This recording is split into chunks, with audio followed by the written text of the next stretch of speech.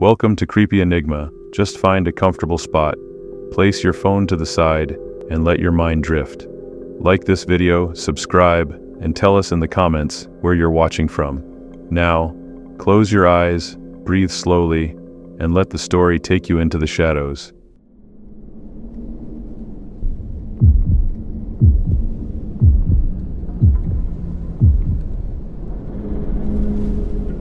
Starting a new job always brings a mix of excitement and nerves. When I got hired for a summer gig at a small carnival in downtown Glendale, I was mainly looking to earn a little extra money before starting my final year of college that fall. The carnival was a typical setup: rides, games, snack booths, but its biggest draw was the funhouse, which doubled as a haunted house once the sun went down. Unlike the other attractions, it was a permanent structure rumored to have once been a wealthy man's estate. My assignment was to oversee the funhouse, a favorite among visitors. The job seemed easy enough: guide guests and make sure everything ran smoothly and safely, and ensure they all exited. Initially, it all felt routine, but then strange things began to happen. At first, it was small discrepancies. I'd count 12 people go in, but only 11 would walk out. I chalked it up to human error, after all. It was tough keeping track amidst all the noise and movement. But as the days went on, the pattern continued. 7 entered, 6 exited, 10 and 9 out. It started to gnaw at me. One busy afternoon, I noticed a blonde woman approaching the funhouse. She stood out stunning and seemingly out of place among the carnival crowd. Maybe a few years older than me, she had this elegant presence that made me do a double take. I'm not the type to stare, but for a moment I couldn't look away. She handed over her ticket, smiled, and I waved her in. I returned to my post, half focused on my duties, while also watching for her exit. As the evening wore on, groups who had gone in after her were starting to come out. I waited. A few more minutes passed, still no sign of her. Concern started to creep in. She should have exited by now. I left my post briefly and stepped into the funhouse, locking the entrance behind me. I navigated through the dim corridors and narrow halls, familiar from my initial walkthrough. Then I noticed something I'd seen before, but hadn't paid much attention to: a barely visible seam in one of the walls. I pressed it out of curiosity, and with a soft click, the wall opened like a door. Behind it was a pitch-black hallway. I stood there stunned. What was a hidden hallway doing in a funhouse? I used my phone's flashlight and cautiously entered. At the end of the hall, another door appeared. I opened it to find an exit leading back to the carnival grounds. My mind raced. This explained the missing guests. They probably took a wrong turn, found the hidden door, and assumed it was the way out. As I turned to retrace my steps, disappointed that the mystery was less exciting than I imagined, and also that I wouldn't get a chance to talk to the girl, I decided to explore a bit longer. Why not take a short break? I wandered into a few more rooms until I noticed another subtle seam in a wall, just like the first. I pressed it and the wall opened again, but this time a horrible stench hit me immediately. There wasn't a corridor behind it, but a ladder leading downward. Confused, I hesitated. I had been told the building didn't have a basement, despite every instinct telling me to walk away. I started climbing down. The further I descended, the worse the smell became. I expected to find a basement, but what I found instead was a tunnel stretching into darkness. There was no way this was part of the original building. Logic screamed at me to turn back, but curiosity pulled me forward. As I crept through the damp silence, my flashlight caught something on the ground. A white, sparkly purse. I picked it up. It looked familiar. That's when it hit me. It was hers, the girl's purse. Panic surged. She had been down here. I called out, hoping for a response. Nothing. I was about to yell again when I heard rapid footsteps approaching. I turned to run, knowing nothing good could be coming. Halfway up the ladder, I slipped and fell hard. The footsteps grew louder. Just as I braced for the worst, a girl's voice called out. It was her. She was clutching her side, gasping for help. I urged her to climb the ladder, but she pleaded with me to go deeper into the tunnel. Instead, I refused and insisted she go up first. Once at the top, I slammed the door shut behind us. I asked how she ended up down there. Her answers were vague. She said she didn't know, just that she suddenly realized she was underground. She heard movement in the dark, voices calling out to her. I asked if someone had let her down. She couldn't say. What unsettled me most was the vacant look in her eyes. I asked again why she wanted me to stay down there, but she had no answer. That was enough for me. I wanted nothing more to do with it. I called the police. She left before they arrived, and I never saw her again. The investigation revealed something astonishing. The building had once served as a safe house during Prohibition in the 1920s. There were multiple hidden passages and secret exits, some leading to long-forgotten bootlegging tunnels. The current owner claimed ignorance about the funhouse's history, but I remained skeptical. I quit shortly after that. Even now, I have more questions than answers. Did the owner know? Was that girl being targeted? Was someone else down there? Or worse, was she part of it?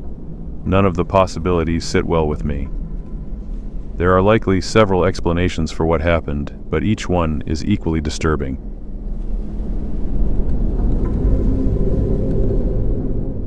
From a young age, I was always fascinated by carnivals, the glowing lights, the endless games, the chaotic fun of it all.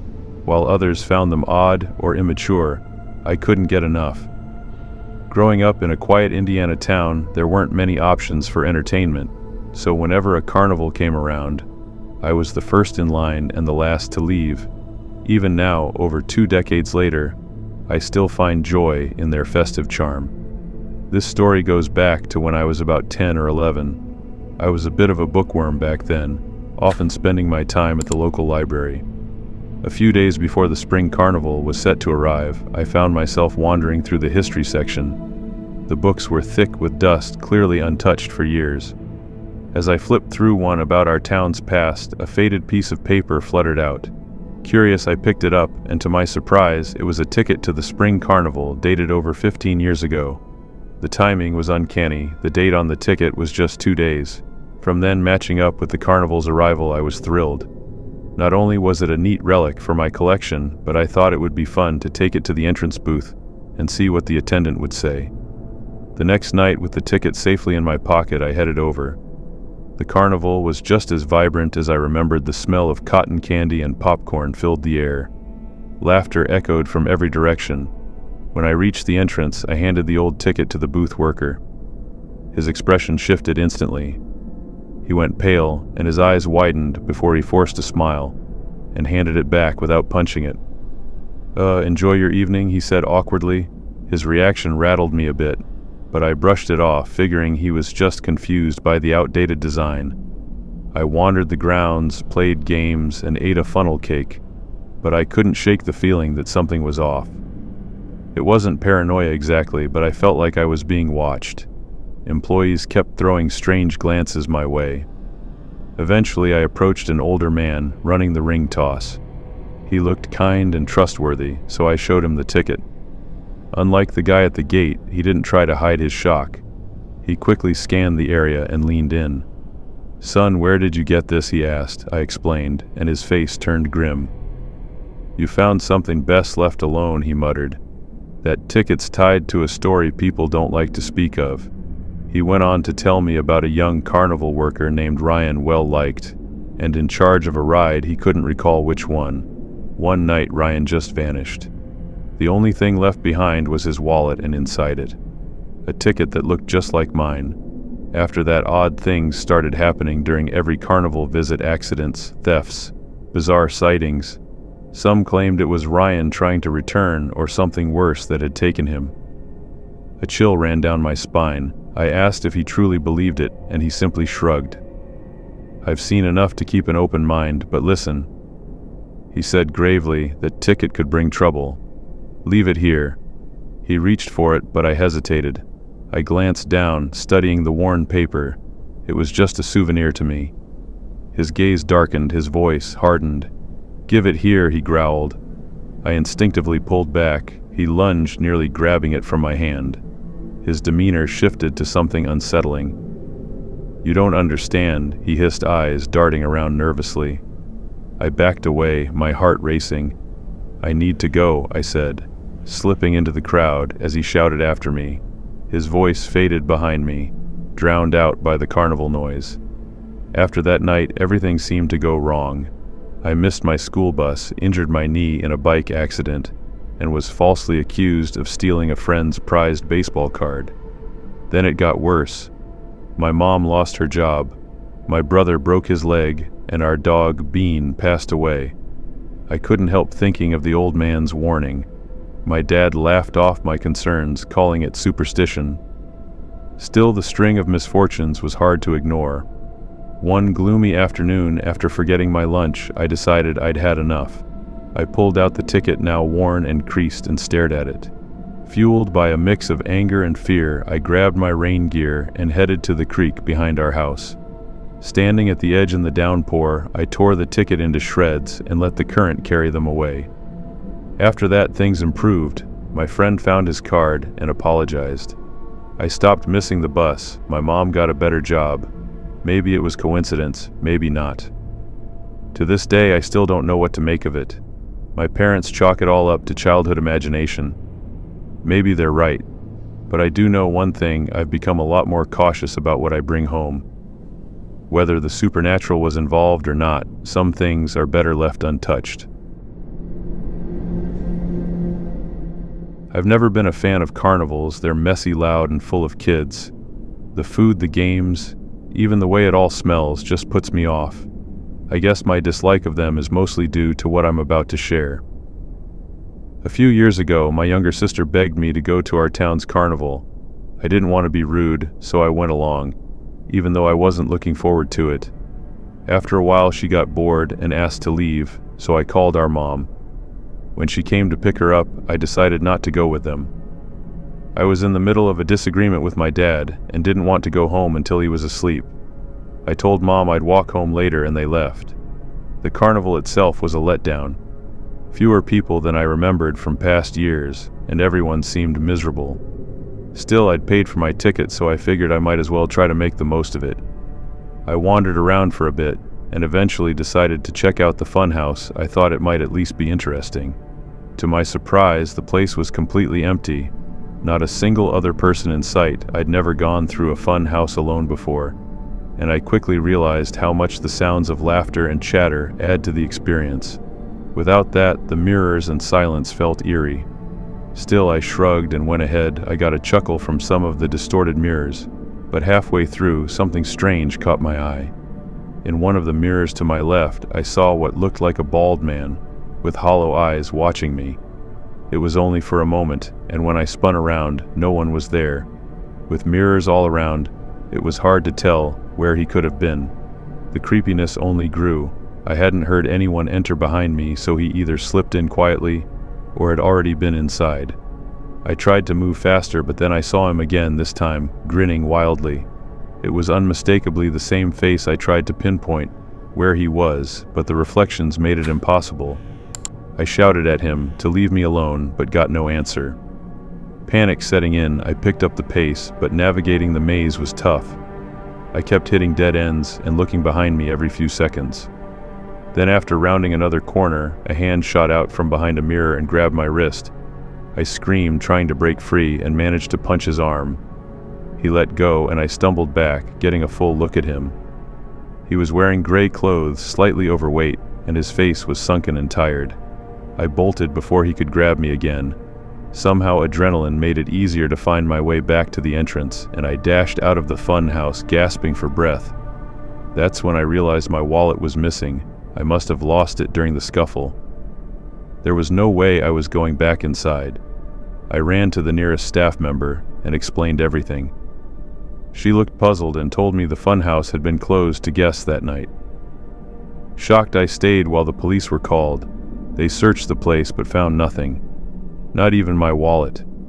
I told them it was probably some former employee who still had access, but they brushed it off and sent me home. I wish that had been the end of it. A week later, my girlfriend called me in a panic. Someone had been texting her pretending to be me. They'd convinced her to drive out to a remote area, claiming I needed help changing a tire. Thankfully, she brought her dad along, despite being told to come alone. When they arrived, they immediately noticed the car in the lot wasn't mine. Her dad got out to assess the situation, and 6 men stepped out of the other car. He jumped back in and sped off before they could reach them. That's when it all clicked. My girlfriend's number had been written on a note inside my wallet, which explained how they got it. We both changed all our contact info, and for a month now, nothing else has happened. I'm still not sure how to process it all. Maybe it's best to try and forget it ever happened.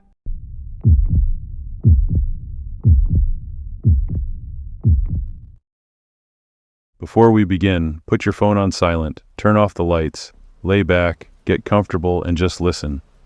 Because tonight's story isn't just another nightmare. It's something that could easily happen to you.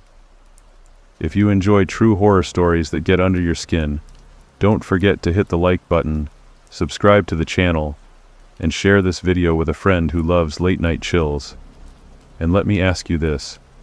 Have you ever had a dream so real that even after you woke up, you weren't sure you were actually awake? Tell me your creepiest dream or sleep experience down in the comments. I read every single one. Alright, deep breath, let's get into tonight's story. This all unfolded over a period of about 3 to 4 years when I was a child, and I don't recall exactly when the first dream started, but it became a recurring semi-lucid nightmare that happened every couple of months. From what I can remember, it usually began with me lying in bed, though the view wasn't from my eyes. Instead, it felt like I was watching myself from above, as if through a ceiling-mounted security camera. And that detached perspective always unsettled me. I would try to drift or move towards my body, but I was only able to turn my head and glance around the room. And even though I was aware it was a dream, the fear never left me. Once I calmed down a bit, I began noticing unusual things in my bedroom. The first thing was always the digital clock on my nightstand, which ticked backward, and that usually triggered the realization that something was wrong. Then other oddities would appear, like crayon sketches taped randomly on the walls, and furniture, childish drawings of people holding hands, all smiling, with a smaller figure among them, presumably me, and a house with a blue roof in the background. I didn't remember drawing them, and I wasn't a kid who drew much anyway. And another constant detail was a toy train on the floor. It stood out because I had lost that toy years earlier, but still there it was always in a different place on the floor. After I would study the room for a while, I'd feel an irresistible pull to look toward the window. And right on cue, a man would appear outside inches from the glass. He had short gray hair and what looked like a gash on his left temple, and that's all I can recall about his appearance. He would watch me sleep for a moment before starting to claw at the window, as if trying to pry it open, and that was always when I woke up. Sometimes I'd rush to the window, other times I was too petrified to move, but I always checked. I didn't even know what I was looking for: a fingerprint, a smudge, claw marks, but there was never any sign of him. After the 4th time, I finally spoke to my parents about it, and my mom explained that recurring dreams weren't unusual for someone my age, and my dad reminded me that they were always nearby if I needed them. I nodded as if reassured, but it didn't help much. Noticing my unease, my dad took me outside to look around the house. We searched everywhere, but found nothing. No footprints or marks on the window. Still, that offered little comfort. By then it had been about a year, with the dream happening every 3 months or so. 4 times in a year wasn't constant, but I knew it wasn't random either. After that 4th occurrence, the dream stopped for a while, and 6 months passed without a single nightmare. Life gradually returned to normal, and I started thinking it was over. But then, out of nowhere, it returned. Everything in the dream was exactly the same: the drawings, the train, the clock. But something about it felt even more terrifying. I couldn't put my finger on it at first, until I noticed that the window was open, and as soon as I realized that, I snapped awake. What followed was about 5 minutes of complete paralysis. I was awake yet frozen in place. My mind was screaming at me to check the window, but I couldn't move, and to make things worse, I felt a distinct chill in the room, as though cold air was pouring in from outside. I was convinced the window was wide open, and those few minutes were some of the most terrifying of my life. Eventually I managed to move and rushed to the window, but it was locked. Still, I couldn't fall back asleep that night. Somehow I got through the next day, but I never stopped thinking about that dream. In the following months, I began to prepare myself each night, mentally bracing for the dream, and oddly enough it worked. The next time I had it, I wasn't nearly as frightened, and I even skipped checking the window afterward. And over time, the fear continued to fade. Yet something still lingered. It was subtle, but enough that I decided to talk to my parents about it again. This time, they listened more closely, and I gave them every detail I could remember, something I hadn't done before. As I described the man's appearance, specifically the cut on his forehead, my parents exchanged a look, and my dad interrupted and asked if I was certain about the cut. I confirmed, and he glanced at my mom in a way that told me they knew something I didn't. I asked what was going on, but they just said it was nothing to worry about. I didn't push further, not wanting to upset them, but still the way they reacted stuck with me. A few days later, they sat me down for a more serious talk. It wasn't dramatic, just a quiet explanation. And my mom did most of the talking. When I was very young, there had been a man named Kevin, whom they referred to as Uncle Kevin, though he wasn't family. He was a close college friend of my dad's and helped watch me when both my parents worked, and apparently there had been some kind of falling out. My dad didn't go into detail, just said it was serious enough that Kevin was no longer welcome near our family, especially me, and that was the end of their friendship. I asked what caused the split, but they wouldn't elaborate. They emphasized it had nothing to do with me. The last thing they told me was that Kevin had a visible scar on his forehead, from a car crash before I was born, and they didn't spell anything out, but I connected the dots. Later that night, after my mom had gone to bed, my dad stayed up with me. He seemed like he had more to say. He suggested that the dreams might be my mind's way of sorting through early memories, things I experienced before I could fully understand or remember them. He explained how close I used to be with Kevin, how I would cry when he left and wanted him to read me bedtime stories, and my dad said he couldn't figure out any other reason I would know about the scar. I had no memory of Kevin at all, and even now I can't recall anything about him. Life went on, and a few more months passed. I might have had the dream once or twice more, but they were far less frequent. Then, sometime in the 4th year, everything changed. One night after waking up from the dream, I instinctively looked at my window and I saw something move. Just a brief flicker, but enough to convince me someone had been there. Fear flooded back instantly and I screamed for my parents.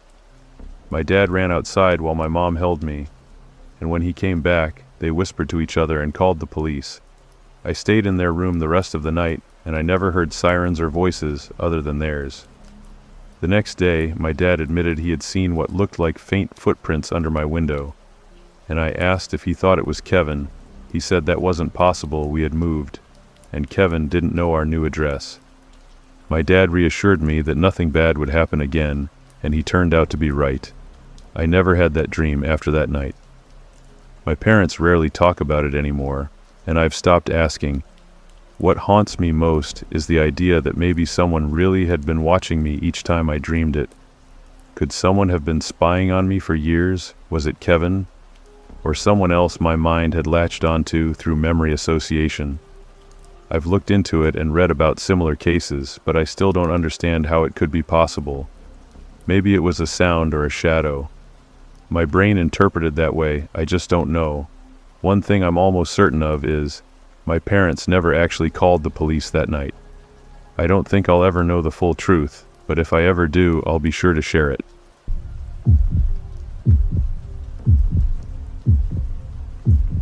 I'll try to keep this short. Most nights, I need some sort of background noise to fall asleep. It helps me drift off quickly. Sometimes it's a documentary on astronomy, sometimes it's a storm sound recording, and other times it might be a quiet podcast about history. You get the idea. I tend to dream vividly, and whatever audio is playing when I fall asleep often shows up in my dreams. Like if it's a video of people hiking, I'll probably dream I'm out on a trail somewhere. And this method also helps me avoid nightmares, something I dealt with a lot as a kid. This took place a couple of weeks ago when I stayed over at my friend Casey's house. It was a typical weekend sleepover, and without my usual audio, I had to fall asleep. The regular way that wasn't a problem, just meant my dreams would be more random than usual. There were 3 of us there, me, Casey, and Leo, and Casey's parents were out of town, which is why we had the house to ourselves. He's got these huge comfy couches in the living room, where we all crashed for the night. That night I had one of the most intense dreams I've had in a while. I was out in the ocean on this tiny sailboat. I don't even know why I've never even stepped on one before, and the sea was rough, and the sky had this strange purple-gray hue. The wind was loud but not scary. It felt cinematic, almost unreal. And suddenly the boat jolted. I didn't see what caused it, but I felt it hit something. Whatever it was, it threw the boat off balance and cracked part of it underneath, and water started rushing in fast. I tried to block the hole with my hoodie, not that it did anything. Panic set in, real panic. And right when the boat began sinking, a dolphin leapt from the waves, made direct eye contact, and said in perfect English, "Wake up." That jolted me awake instantly, and normally I'm groggy after waking up. But this felt different, though. I couldn't say why, just yet. I looked around, scanning the room for anything strange. Everything seemed normal. My friends were still out cold, and nothing looked out of place. You know that weird moment right after waking when things don't fully register? That's where I was. And a few seconds later my mind caught up, and that's when I noticed a strange sound coming from upstairs. It wasn't muffled like a leaky tap, it was steady and loud like a hose, and that probably explained the water imagery in my dream. I sat there puzzled, trying to make sense of the noise. Then, like a complete fool, I got up to check it out. I tiptoed up the stairs, staying as quiet as I could, and the sound grew louder with every step. It was definitely water running full blast, and it was coming from the upstairs bathroom at the end of the hall. The door was slightly ajar, and I could see the sink from the hallway. One of the handles had been turned all the way. Water was flooding out at full pressure, and that couldn't have happened by itself. It didn't make sense. I got close to the doorway, ready to step in, but something held me back. The bathroom upstairs is pretty spacious. There's a long counter, a bathtub with a curtain, and a tight corner where the toilet sits. A lot of blind spots, and for all I knew, someone could have been hiding just out of sight. My stomach dropped. Something about it didn't feel right. I backed away and ran downstairs to wake Casey. I shook him hard and told him something was off. He was groggy at first, but the urgency in my voice must have cut through because he sat up quickly. "What's wrong?" he asked. And I told him the faucet upstairs was blasting, and I thought someone might be in the house. That got his full attention. We left Leo asleep on the couch and crept back upstairs. And when we got to the bathroom, Casey didn't even pause. He shoved the door open and stepped in, and I was not ready for what happened next. Out of nowhere, a person lunged from around the corner and tackled Casey. It was so sudden. One moment Casey was upright, the next he was on the floor with this guy swinging a piece of PVC pipe, like he meant to cause serious harm. I didn't hesitate. I dove at the guy, trying to pull him off. Casey, we both struggled with him on the floor, but he was bigger and stronger than either of us. It was chaos. Eventually he shoved us aside and bolted, racing down the stairs. And by the time we made it out to the front step, he was gone. The cops arrived about half an hour later, but they couldn't do much. They found that one of the downstairs windows was wide open. It had been left unlocked, and Casey's place doesn't have security cameras, so we didn't have any footage to give them. According to the officers, it was probably just a random burglary attempt that escalated, but we weren't so sure. I mean, why would a thief intentionally make noise by turning on a faucet? It felt like a setup, like someone wanted to lure one of us upstairs, but if stealing was the goal, why create that kind of risk? It seemed more like he had something darker in mind. Casey believes that the guy knew his parents were out of town and expected him to be home alone. And if that's true, then it's possible the intruder intended to seriously hurt or even kill Casey. I don't even want to think about what might have happened if I had walked into that bathroom by myself.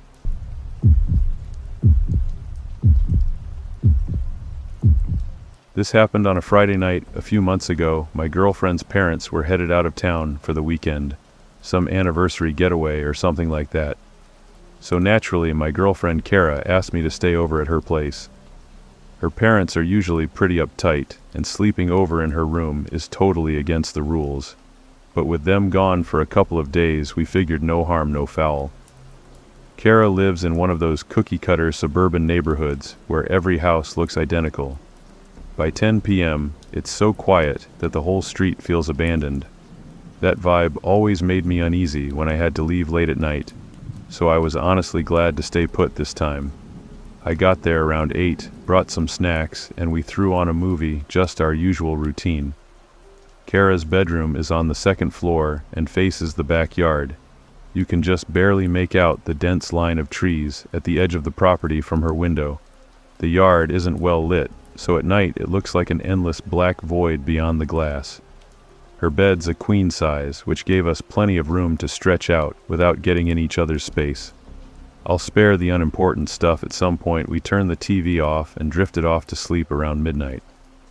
I don't remember falling asleep exactly, but I remember the dream vividly, and it was disturbing.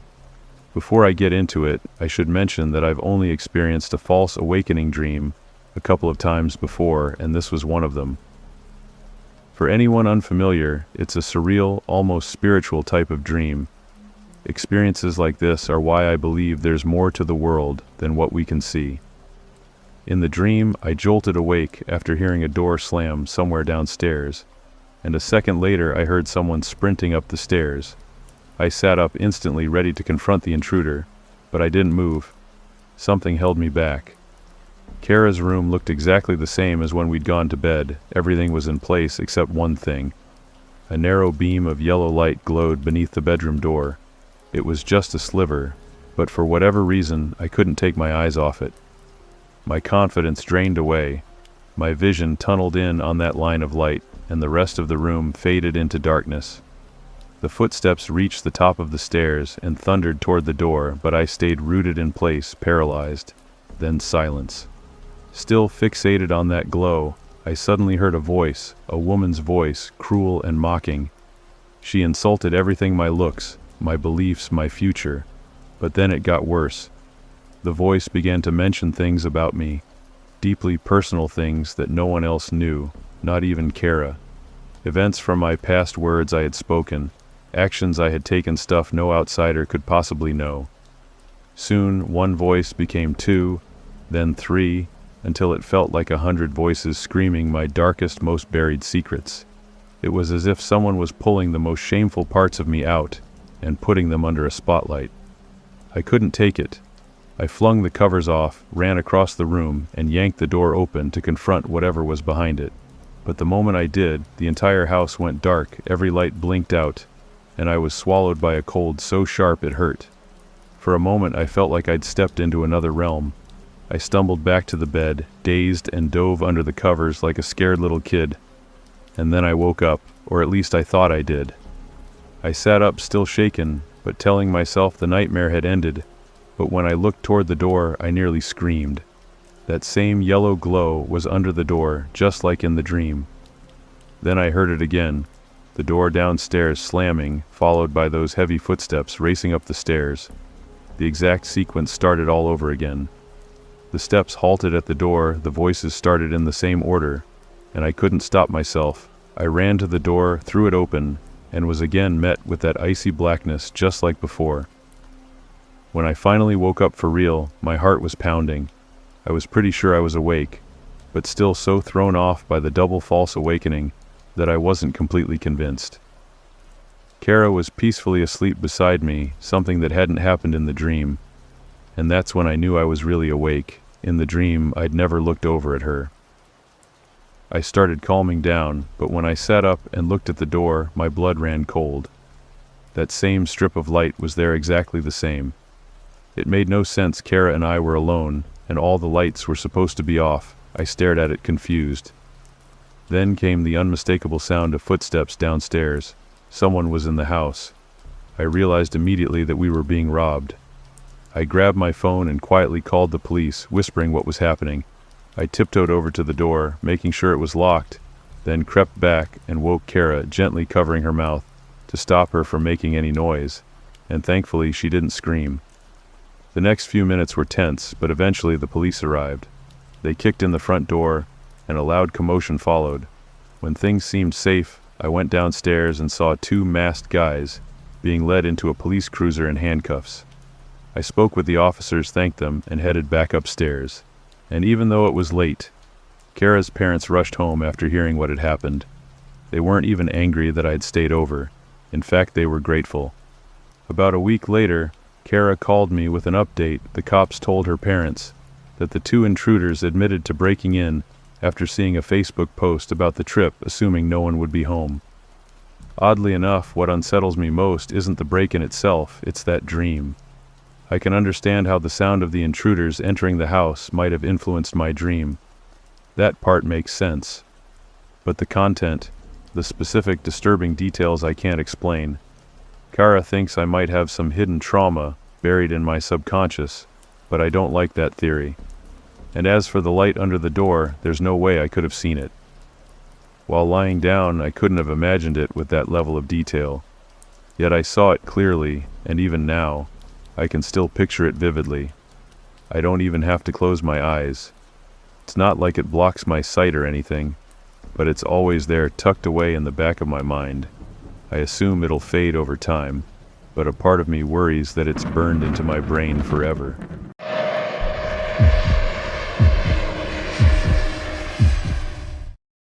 A few years back, I landed my first real job as a flight attendant for a small regional airline based out of San Marcos, California, and I was eager and fresh out of training, ready to travel and start a new chapter in life. The airline mostly handled short domestic routes to places like Fresno, Sacramento, Eugene, and Tacoma, which seemed ideal for someone like me. At the beginning, things were pretty smooth. My shifts usually started early in the morning, which meant waking up at dawn, but finishing by early evening. I lived alone in a small but comfortable apartment near the Hillcrest area, and my daily routine settled in quickly with early starts, busy flights, then quiet evenings relaxing at home before heading to bed. Roughly a month into the job, I started noticing something off. It began with a man who I later found out his name was Brian, likely in his late 30s, who started appearing on multiple flights I worked. He was always polite, reserved, and didn't immediately stand out as unusual, since seeing repeat passengers wasn't rare on these routes. So initially I dismissed it. But after spotting him a fourth time in just 2 weeks, and always on flights I was working, I started feeling uneasy. He would greet me with a polite smile and say hello, but then he'd sit quietly and stare in my direction, and there was nothing overtly threatening about him. But something about the intensity of his stare made me feel uncomfortable because it was a bit too familiar. I told myself I was overthinking it, that passengers sometimes fixate or behave oddly as an occupational hazard. But Brian's appearances started to feel less like coincidence, and on a flight heading north to Tacoma, I looked over and saw him pointing his phone directly at me. Snapping a picture, our eyes met, and he simply lowered the phone, gave a small smile, and turned away. The following day, on a different flight, I deliberately avoided glancing toward his seat. But still, while doing beverage service, I caught him repeatedly looking over, and each time I looked back, he quickly looked away. It began to feel intentional, as if he were testing boundaries to see how far he could go. At this point, my unease was undeniable, but I hadn't shared it with anyone. Not my fellow crew friends or family. Part of me felt embarrassed because nothing criminal had happened, and I didn't want to seem paranoid after all. Flight crews do sometimes attract unwanted attention. Still, Brian's actions had a calculated edge that made it hard to dismiss, and the situation escalated during an overnight layover in Eugene. After a packed day of flights, I was looking forward to winding down, and I'd checked into a hotel downtown and decided to grab dinner at a cafe nearby. As I stepped onto the sidewalk, I glanced across the street and froze. There he was. Brian stood under a lamppost on the opposite side, as if waiting, and my heart raced. Maybe he was just a traveler staying nearby. But then I remembered he'd been on my flight earlier that day, and the chances of this being a coincidence felt slim. Trying to stay calm, I crossed in the opposite direction and walked quickly to the cafe. Once inside, I sat far from the windows and kept checking the street, and halfway through dinner, The bell over the door chimed and Brian walked in. He didn't approach. Instead, he ordered a drink, sat at the counter, and looked over at me, briefly giving a slight nod, and my stomach dropped. I left quickly, barely finishing my meal, and Power walked back to the hotel, glancing behind me the whole way. Luckily, I didn't see him again that night, but I barely slept. By now, it was clear his behavior had crossed the line, and I thought about reporting him, but nothing he'd done could be classified as a direct threat. Still, the fear lingered, and I started watching the passenger list more closely. Weeks went by, and I didn't see him, and I let myself relax a bit, thinking maybe it was over. Then one evening, during a short flight from Fresno to San Marcos, I saw him again this time, seated in the front row, right by the galley, and my throat tightened. He watched me during the entire flight, completely unapologetic, as if daring me to react. And once we landed, I waited for everyone else to deboard before approaching the front, hoping to avoid him, but he lingered, taking his time. As he finally stepped off, he leaned slightly closer and said quietly, "Take care, I'll be seeing you soon." The words were harmless on the surface, but the implication chilled me, and as soon as he walked off, I stood frozen, heart pounding. I knew then I couldn't keep this to myself any longer. The next day, I reported everything to my supervisor, and security and local law enforcement were brought in. But without any direct threats or violations, there wasn't much they could do, because Brian hadn't technically broken any laws. The airline adjusted my schedule and removed me from regular flights, temporarily hoping that cutting contact would help, and it seemed to for a while. Then one night, after returning home from grocery shopping, I found a note slipped under my apartment door. The message, typed neatly on a single strip of paper, read, "You shouldn't have said anything," and my hands shook as I read it, because somehow he'd found my address. I called the police immediately. They checked building security footage, but there were no clear shots of anyone suspicious. And once again, there wasn't enough to act on. Eventually, I moved to a new apartment, changed my number, and even requested a reassignment at work. And over time, I worked hard to rebuild a sense of safety and routine. But even now, years later, I remain cautious. I glance over my shoulder more often than I should. I triple-check locks, and I avoid eye contact with passengers who stare too long. Brian never showed up again, but I live every day with the lingering fear that he might still be out there just waiting. Last winter, my uncle and aunt came to visit me in Raleigh. We spent hours catching up on the usual family matters, but at some point, the conversation drifted to unusual happenings. And my uncle isn't one for fanciful stories, so when he mentioned there was one memory that had stayed with him throughout his life, I opened my laptop ready to take notes. He gave a small smile and nodded, asking me to let readers know this was just the account of an old man, and some parts might seem hard to believe. He began by saying he had graduated from Wesleyan University in 1974, and back then finding a job wasn't difficult because companies often sent letters or made phone calls offering interviews. He wasn't interested in a dull office job, so he waited for something that truly appealed to him, and that moment arrived during a Thanksgiving flight to visit my aunt. Gazing at the blinking lights of aircraft moving through the dark sky, he fell in love with the idea of air traffic control. The steady voices and the dance of moving lights all fascinated him, and by the time he turned 27, he'd passed every exam and was cleared to work independently. Rookies didn't get to choose their first assignments, though, and instead of a major hub like O'Hare or LAX, he was sent to a little town called Eastfield, Kansas. Despite the name, there was no coast in sight, just a rural farming community. The airport there was tiny, with one short runway nestled between endless fields of grain. The day crew left by 5 p.m., but the tower stayed manned until 4 a.m., since many flight paths intersected above, and any plane in distress might need to make an emergency landing. My uncle spent those nights alone in the glass-paneled control room at the top of the tower, while a security guard named Frank dozed off downstairs near the vacant ticket counters. Most shifts passed in silence. He passed the time reading novels, solving puzzles or whispering on the phone with my aunt. People often say air traffic control is nerve-wracking, but in Eastfield it was mostly just dull. Now and then, a small single-engine plane would call in needing landing guidance, and that routine carried on until mid-February 1979. On the night of February 20th, strong winds swept across the flatlands, but no snow had fallen.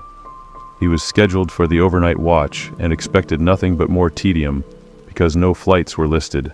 Around 1 a.m., a light aircraft called in from 30 miles north because bad weather over Lincoln had forced the pilot to look for an alternate landing spot, and my uncle checked visibility with his binoculars and began guiding the plane in. Despite rough crosswinds, the aircraft touched down safely, and he lifted the binoculars again to double-check and froze. A woman was walking along the runway.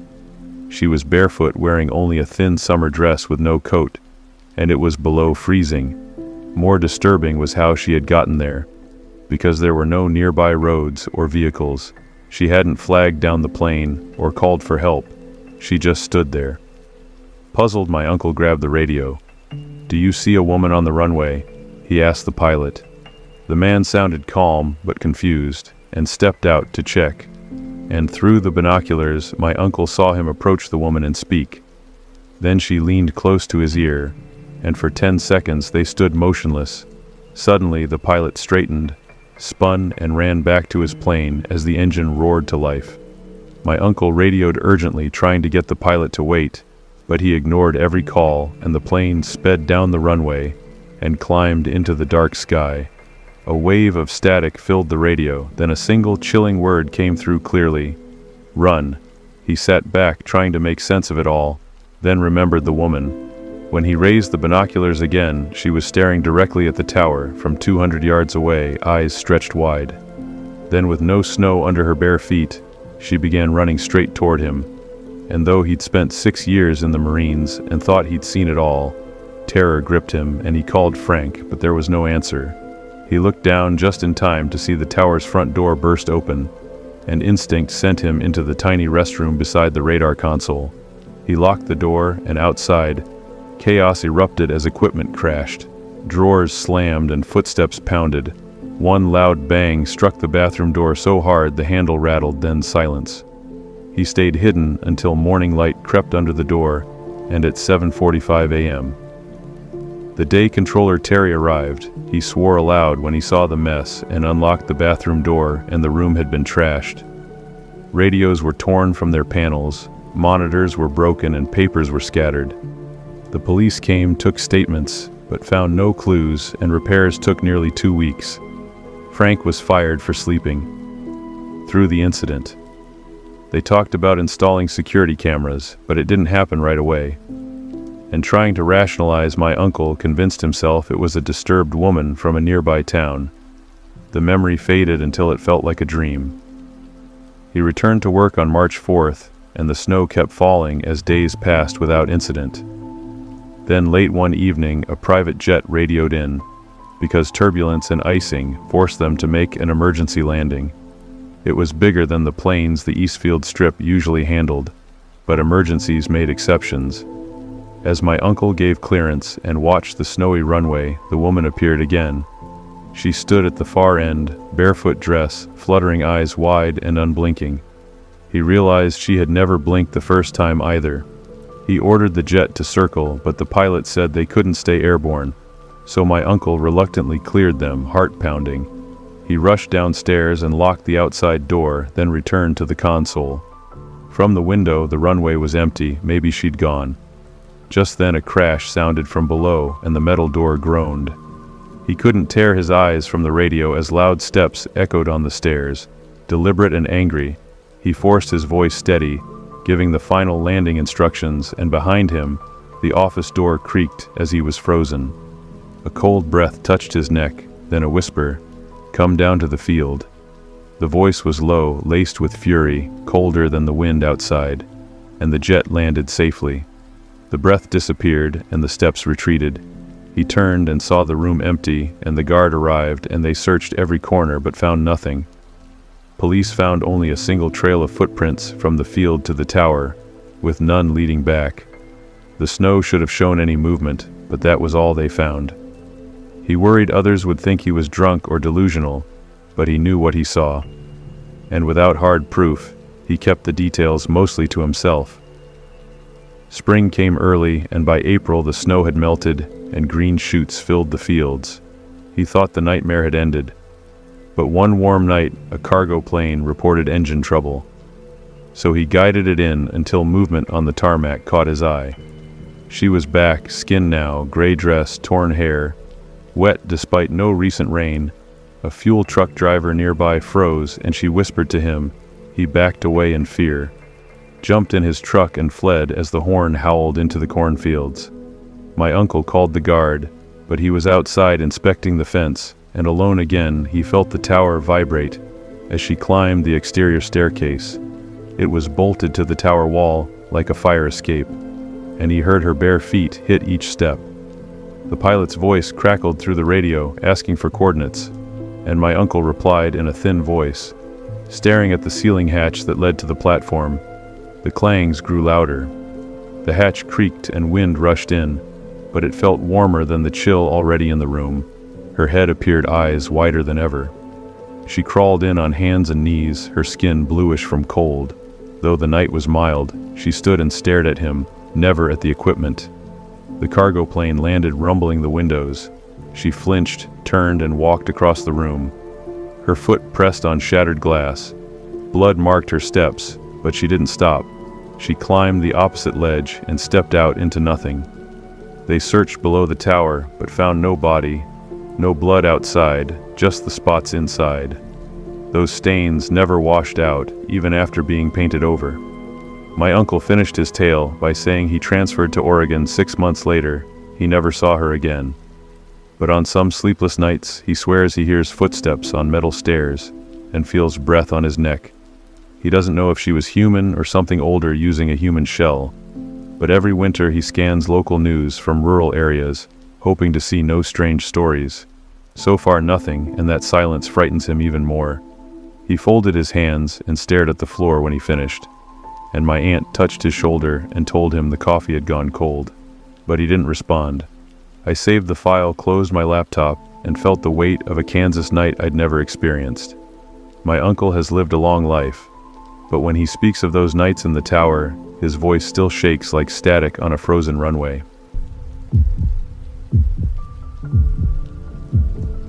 It had been many years since I last flew, but my grandson insisted I attend his college graduation in Miami, and he found the most affordable red-eye flight available, East Sky Flight 2094, leaving San Francisco at 11:55 p.m. and arriving just after 8 a.m. the following morning. I'm 69 and use a cane, so the gate agent graciously allowed me to pre-board, and my seat 14B was on the aisle about halfway down the right side of the cabin. According to the boarding screen, 14A, the window seat was unoccupied, and having the extra space beside me felt like a small blessing. After placing my purse under the seat and pulling a coat over my knees, I settled in and watched the steady flow of passengers file past. Most looked tired hoods, pulled up earbuds, and clutching paper coffee cups with jittery fingers. When it seemed boarding was almost finished, a man quietly entered my row. He didn't pause to check his ticket instead. He simply turned, stepped into 14A, and sat down. I felt the brush of his wool coat against my sleeve as he moved past, and his head was bowed, his chin buried in a gray scarf. He had no carry-on, no drink, and his hands, encased in dark gloves, rested neatly in his lap. Trying to be polite, I whispered "long night," but he didn't respond. So I tried again. Miami should be warmer than this, but still nothing. I gave a small laugh, more to myself than to him, and turned toward the aisle as the cabin lights dimmed as we prepared for takeoff. I expected him to buckle up, but his belt was already fastened. Perhaps he had secured it before I noticed. As the plane climbed, it rattled the way they do on uneven air currents, but my seatmate remained absolutely still. His shoulders didn't move, and he sat perfectly upright, too rigid for someone planning to sleep. I noticed the yellow seatbelt sign glowing softly against his coat's coarse fabric, and each thread looked damp, and faintly sticky, as if he'd been walking through a light drizzle. About an hour later, the flight attendants began their quiet service. The cart rolled forward, offering pretzels and water. When it reached our row, one of the attendants leaned toward me and asked anything to drink, and I asked for ginger ale. She glanced at the man beside me, and for him, she asked, puzzled. And I whispered, "He hasn't said a word." She leaned slightly toward him and said, "Sir," but there was no reaction. She paused, then placed a small water bottle on his tray, and moved on. I sipped my ginger ale. The carbonation sharp against the back of my throat, and his gloves looked odd matte, as though they absorbed light rather than reflected it. I also realized I hadn't seen his breath mist in the cold cabin air. I must have dozed off because I woke up to near darkness, only the aisle markers glowed, and the flicker of a movie 3 rows ahead lit the space faintly. My watch showed 3:07 a.m. and my neck ached. As I adjusted in my seat, I noticed the pressure of his coat sleeve against my arm. It felt firm, as though he'd leaned in while I slept. The pressure was constant, not the occasional jostle from turbulence. I shifted away slightly but couldn't move far due to the armrest. "Sir, could you give me a bit more room?" I said gently, but he didn't answer. I pressed the call button, but nothing happened. Maybe the bulb had burned out. Instead of waiting, I decided to head to the lavatory, and I rose, carefully stepped into the aisle, and walked toward the rear galley. But the man didn't move. There were only 3 people in line, 2 teens and a businessman, and as I glanced back down the aisle, I noticed that seat 14A appeared empty. The headrest was all I could see, bathed in a faint blue light. I squinted unsure because it looked unoccupied. A chill swept through me had he followed me. I hadn't heard any steps behind me, and when I returned, the man was back, sitting motionless.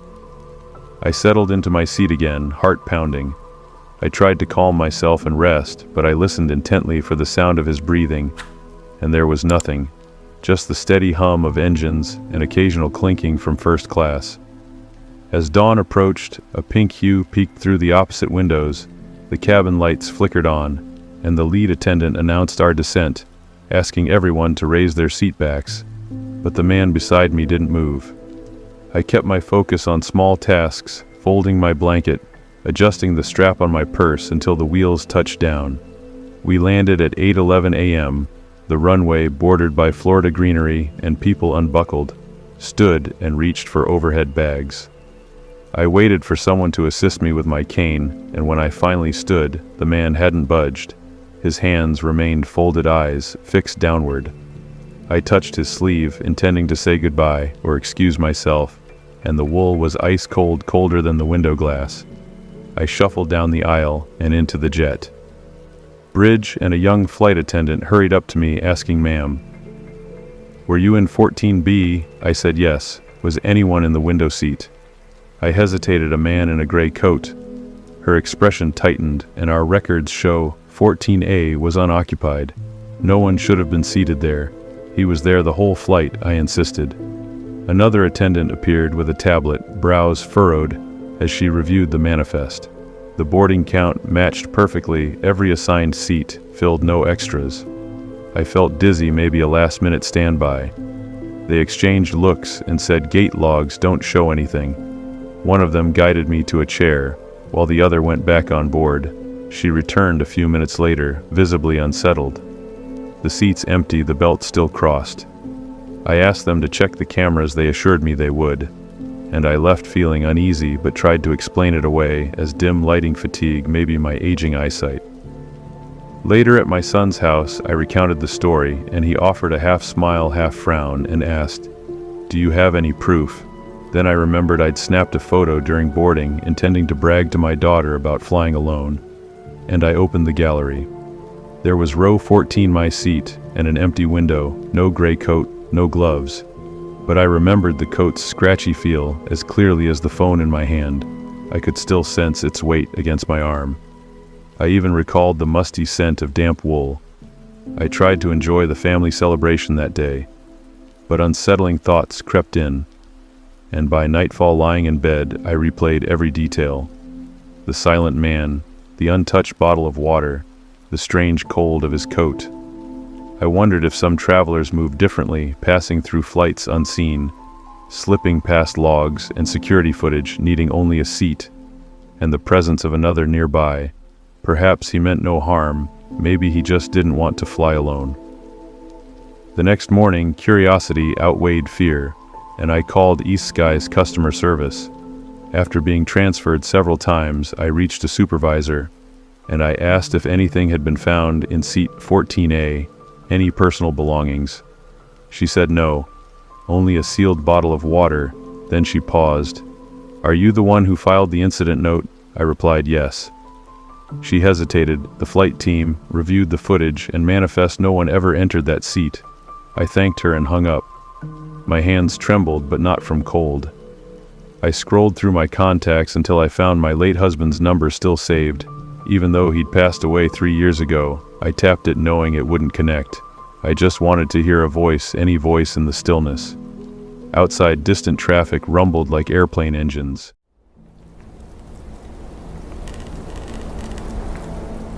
Having spent a few days in Riverbend visiting companions, a substantial drive for someone residing in the Bayou State, I was preparing for my journey home. On my final evening, an old acquaintance, Liam, noticed my social media post and inquired about my departure plans. Upon learning I was leaving that day, he mentioned he lived an hour outside Riverbend, conveniently in my direction. It had been years since I'd seen Liam, and the idea of reconnecting sounded pleasant. He suggested I stop by, and I agreed. I set my navigation device for Liam's address, which indicated about an hour and a half's travel time. Liam and I had been classmates in secondary school, but had lost touch after graduating. We kept up with each other's lives through digital platforms, yet genuine conversation had ceased for a long time. When I arrived, I observed his residence had a rather classic appearance. It wasn't dilapidated, just aged. The timber porch groaned beneath my weight, and as he opened the door, I detected the aroma of aged timber and something earthy, akin to a rustic forest cabin. Liam, of course, was very welcoming, offering a warm embrace and ushering me inside. Some bonds, it seems, remain unaffected by the passage of time. The interior of the dwelling mirrored its exterior's age. The furnishings appeared to be from decades past, and each step on the plank flooring elicited a faint creak. It felt, in a way, characteristic of that region, quite charming, like stepping back in time. We settled in his sitting room, catching up on life, enjoying a few glasses of aged grain spirits. It was approaching late afternoon by then. One drink led to another, then another, and soon I found myself quite inebriated. The warmth of the spirits made the room feel smaller, more intimate, yet also heavier. Hours seemed to vanish in moments. We were genuinely enjoying our reunion. Eventually, Liam posed the question I anticipated.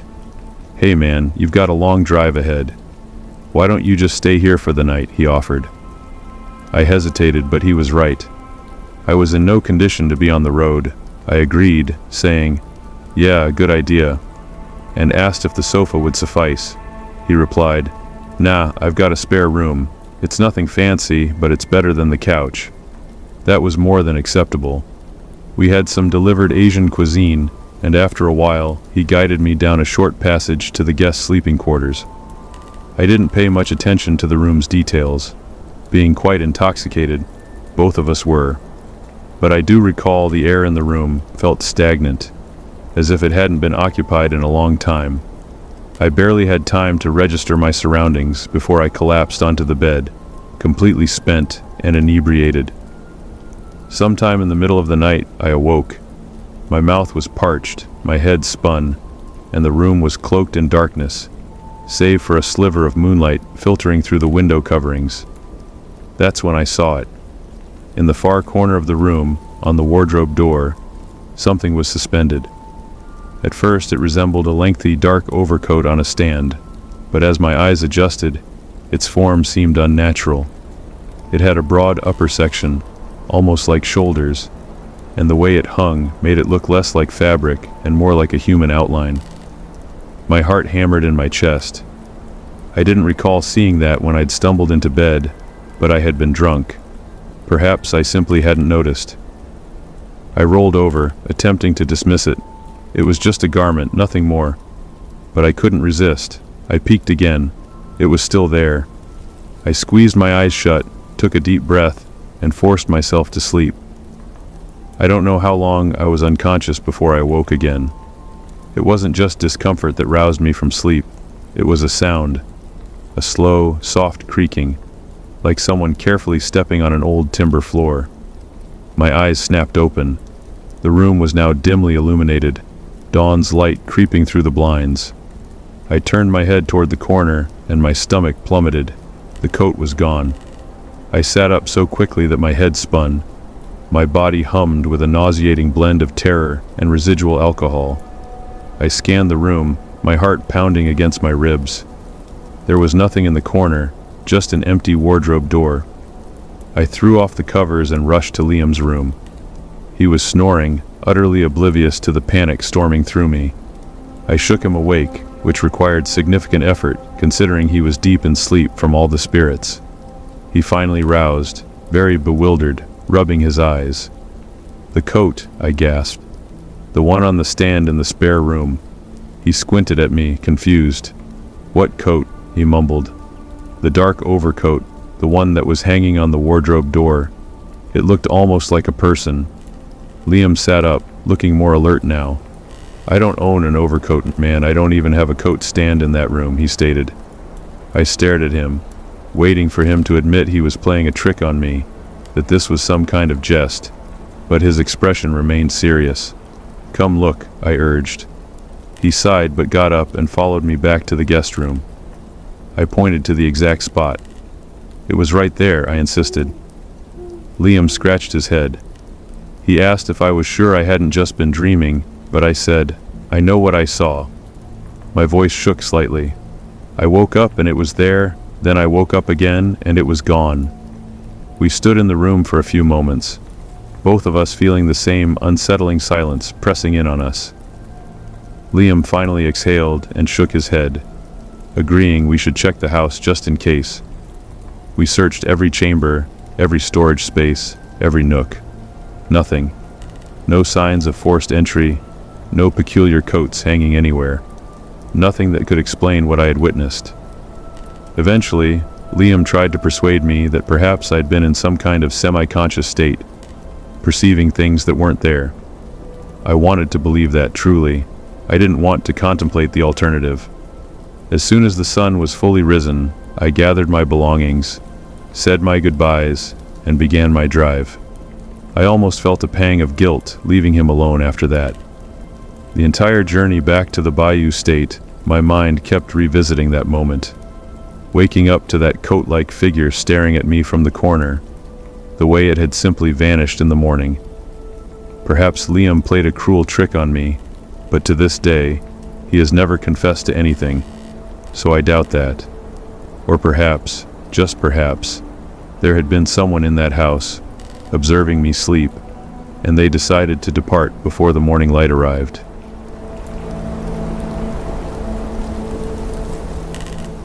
This occurred when I was 16, still attending secondary school. Lacking personal transport, I depended on my parents for rides or simply walked if the destination was close by. It was a weekend, and my friend Maya was hosting some friends, as her parents were away. My mother drove me to her residence. Maya resided nearby, about a 3-minute drive or a 20-minute walk. My mother was single at the time and also enjoyed socializing, so she informed me that if she was out late, I should either walk or arrange for a ride home, implying she had a date. A few of our female friends, Chloe, Sarah, and Emily, were already at Maya's house.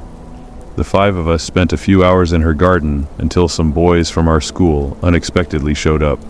Money by unexpectedly, I mean Maya hadn't informed me she was inviting them. The reason for my annoyance was that one of the boys who appeared was someone with whom I had an irritating history and preferred not to encounter. Maya thought she was being clever and subtle by inviting him without my knowledge. supposedly because she wanted us to resolve our past issues. It just created an awkward situation. There were 4 boys and 5 girls, including myself. Eventually, I decided I wasn't really enjoying myself, so after a while, I departed. I'm sure others started to leave shortly after me, as it was already late, but I simply didn't want to be around those boys. I made sure to express my frustration to Maya via text messages as I walked home. She kept pleading, "Oh my goodness, please come back." She apologized and I forgave her, but I still just wanted to be home. I walked for about 5 minutes until I slowed my pace. I thought I heard footsteps behind me, and when I reduced my speed, I confirmed I heard footfalls that weren't my own. I turned around and saw a middle-aged man with a hood pulled over his head, his hands in his hoodie pocket. He was smiling, looking at me and said, "How are you doing?" I replied, "Hello," and just turned and continued walking. We were in a residential area. People walk around, so it's not unheard of, even if it was late. Another 5 minutes passed, and every time I glanced behind me, that man was still there, more or less the same distance away, perhaps a little closer each time I looked. My path home wasn't straight. I had to make multiple turns onto intersecting roads to reach my house, and with every turn I made, he was still present. I was texting my friends about it when the man behind me spoke again. "Isn't it such a pleasant night?" "I love this climate." I replied, "Yes," and that was it. I began walking just a bit faster, but not enough to suggest I was fleeing. The man spoke again, and each time he opened his mouth, a part of me withered inside, wondering why he was talking to me, why he was following me. He asked, "Are you from this neighborhood?" I replied, "No," making my answer short and firm. The man chuckled. I started urgently asking all my friends for help, asking someone to send one of the guys to come pick me up. Ironically, the boy I was trying to avoid was on his way to get me. I'll call him Marcus. The man behind me then said something that changed everything. "I'm not going to hurt you. You live by the community school, right?" I spun around, and he stopped in his tracks. He was still smiling, but now his smile seemed more disingenuous, more sinister. I screamed, "Leave me alone," and started to run. I heard the man running behind me, gaining on me. At that point, my life felt on the line, so I started screaming bloody murder. I began yelling, "Help me!" for everyone in their houses to wake up, and he, the man, dropped his pleasant facade and yelled, "Shut up, you little..." My screams definitely scared him off, because he obviously didn't want a crowd of witnesses about to emerge from their houses. He ran away into the darkness, and I saw some lights in the surrounding houses flick on. A couple came out of their house, and I explained I had almost been abducted. I stayed there in front of their house until Marcus arrived to pick me up. He drove me home. It was only about a 1-minute drive from there. My mother wasn't home. She was out and wasn't answering my texts. I didn't want to be alone, so I invited Marcus in to stay the night. I know he was elated, but the ordeal wasn't over. We were up late, just talking and recalling old times, when we both heard footsteps circling the house. My room in that house was upstairs, facing the backyard. We heard the gate to the backyard opening. My mother would never enter through the backyard, so something was amiss. I refrained from yelling out, "Mom!" and instead, Marcus and I just looked out the window, watching. We didn't hear any more sounds. We were expecting to see someone walking around the yard, but instead, we both heard a man's voice say, "I see you up there." I let out a very audible gasp and stepped away from the window. Marcus yelled out something along the lines of, "We're contacting the authorities, you creep." That's precisely what we did. The fact that this man knew where I lived, he probably knew who I was. What if he knew I was going to Maya's house? Marcus did most of the talking on the phone with the emergency services. Looking back, I know he tried very hard to be the man in the situation, and I appreciated that. I was honestly so relieved he came inside. The law enforcement officers arrived, and their presence alone made me feel safer. Even just providing them with a description of this man made me feel better. like at least something was being done. My mother arrived home soon after, and she was just as terrified as I was. They kept a patrol car parked on the block for a few hours as a deterrent. Thankfully, from then on, I avoided walking at night. I was even afraid to go into our backyard after that. My mother had our uncle come over and install an entire security surveillance system. He made no effort to hide them. They were fully visible to deter that creepy man and any other unwelcome individuals from approaching that house. I'm glad to say that the story concluded there, because this incident also prompted my mother to sell that house about a year later, simply because she couldn't bear to see me living in constant fear in that residence. We never found out who that man was.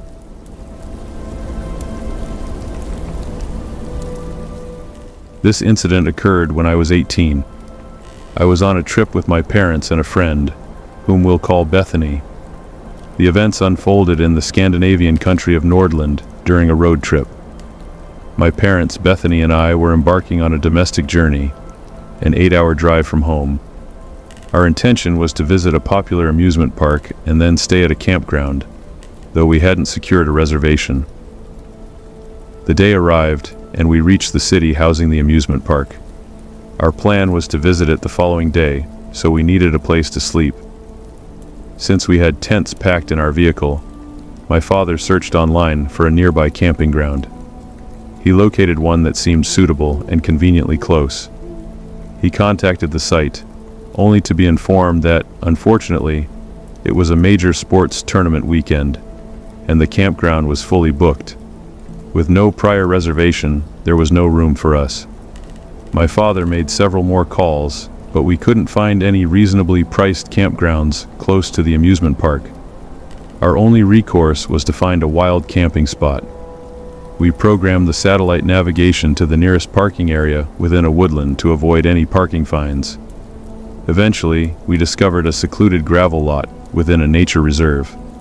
Upon our arrival, there were a few individuals around, so we inquired if it was permissible to pitch our tents there and if it was a safe location. A woman who appeared to be a hiker assured us it was a good place to sleep and that there were no parking wardens.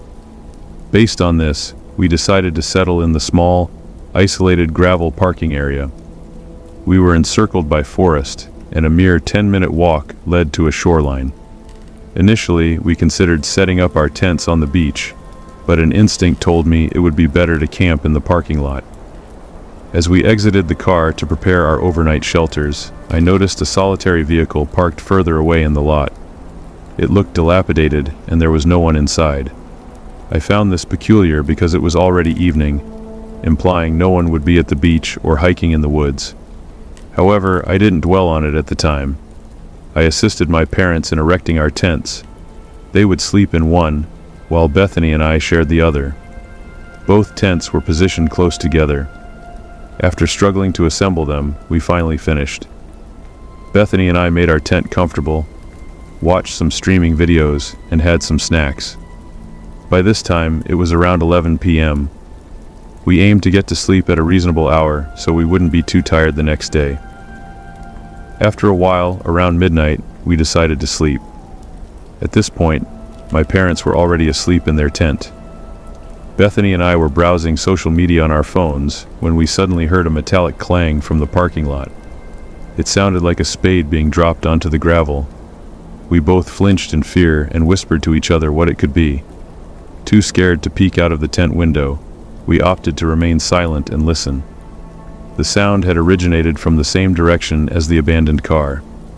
We then heard what I presumed was a spade being thrown into the vehicle's luggage compartment, followed by the compartment door slamming shut. We sat in silence, our hearts thumping.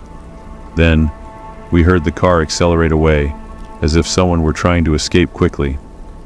I sent a text message to a friend from a nearby city, informing him of our location.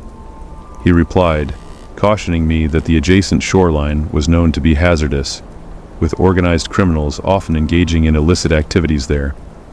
We had been completely unaware of this. When I read my friend's message, a cold wave of deep unease washed over me. About 10 minutes of silence passed after the car sped off. Bethany and I had begun to calm down slightly when, out of nowhere, we heard the loudest, most blood-curdling male scream emanating from the woods. We were utterly terrified. I immediately texted my mother, telling her we had just heard a loud scream. When she didn't respond, I called her phone to awaken her. She finally answered and said neither she nor my father had heard anything. She reassured me that it was likely nothing serious, but at that moment, I couldn't conceive of any normal explanation for someone to scream like that. Bethany and I huddled together on the blankets, terrified, not knowing what was happening. Every minute felt like an hour. Even though it was midnight, we were too frightened to sleep. Suddenly, everything became eerily silent. Then, my blood ran cold. I heard footsteps. Someone was walking around our tents, moving stealthily. Bethany and I sat up, frozen in fear. I put my phone down so that its light wouldn't illuminate the tent. My heart was racing, and I could hear my own pulse. There was no logical reason for anyone to be walking around our tents in the middle of the forest at this hour. The footsteps moved around our tent first, then toward my parents' tent, and then circled around our car, which was parked nearby. The person stopped and seemed to be looking at our tents for a moment. There was complete silence. Then, I heard the same car from earlier returning. Its headlamps illuminated our tents, and Bethany and I quickly lay down to avoid being seen. I mustered the courage to peek through the small tent window. I saw the car door slam shut before it sped off again. I felt a brief moment of relief when the person departed. From my vantage point, I could see the road they had driven down. 5 minutes later, I saw another car approaching fast. It was a patrol vehicle, racing in the same direction the other car had gone. Nothing else happened after that. Bethany and I were still shaken, so we decided to sit in the locked car to feel safer. I stayed awake until around 5 a.m., keeping watch over the forest, while Bethany eventually fell asleep beside me. After about an hour, we returned to our tent and, out of sheer exhaustion, finally fell asleep. We woke up around 9 a.m., completely drained. I recounted everything that had happened to my mother, and she revealed that she had also heard the footsteps. But when the person was near their tent, she had also heard heavy breathing, the kind you hear in suspense films during a chilling phone call. She had been terrified too. However, my father had slept through the entire ordeal, so we had to tell him the story. Without hesitation, we immediately packed our belongings and dismantled the tents, eager to leave as soon as possible. None of us wanted to stay there any longer. Despite the terrifying night, we had an enjoyable time at the amusement park later that day. However, that evening, I decided to research the woodland where we had camped. What I discovered made my stomach drop. Just a short time before our visit, a man had been murdered there, stabbed to death due to syndicate-related debts. Even more disturbingly, 2 individuals had gone missing from that exact shoreline and had never been located. I couldn't stop thinking about it. What if the person walking around our tents was a dangerous individual checking to see if there were any witnesses? What if we had been in serious peril without realizing it? Even now, I still ponder that night. Who made that horrifying scream? And why was someone using a spade in the middle of the night in a forest? And the police, what exactly were they pursuing? I suppose I'll never know.